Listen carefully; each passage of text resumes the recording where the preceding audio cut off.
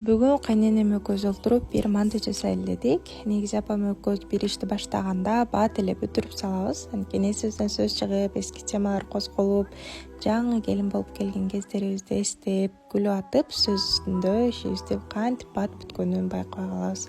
Негизи мага ушундай учурлар аябай жагат. Анткени апам экөөбүз узак сүйлөшүп, жыр жазышып, бири-бирибизди түшүнүп, бири-бирибиздин ойлорубузду билип, сонун чыр жазып алабыз.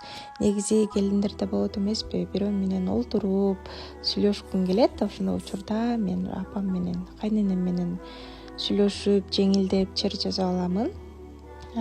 Камырды болсо мен эрте эле жасап койгон болчумун. Фаршты болсо апам экөөбүз сүйлөшүп олтуруп эле бат эле жасап койдук. Камырды жайып бердим. Апам болсо жанымда бат эле түйүп салды. Ошентип 2-3 күнгө жете турган мантыны жасап, жарымын холодильникке тоңдуруп койдук. Жарымын болсо жасап жеп алдык.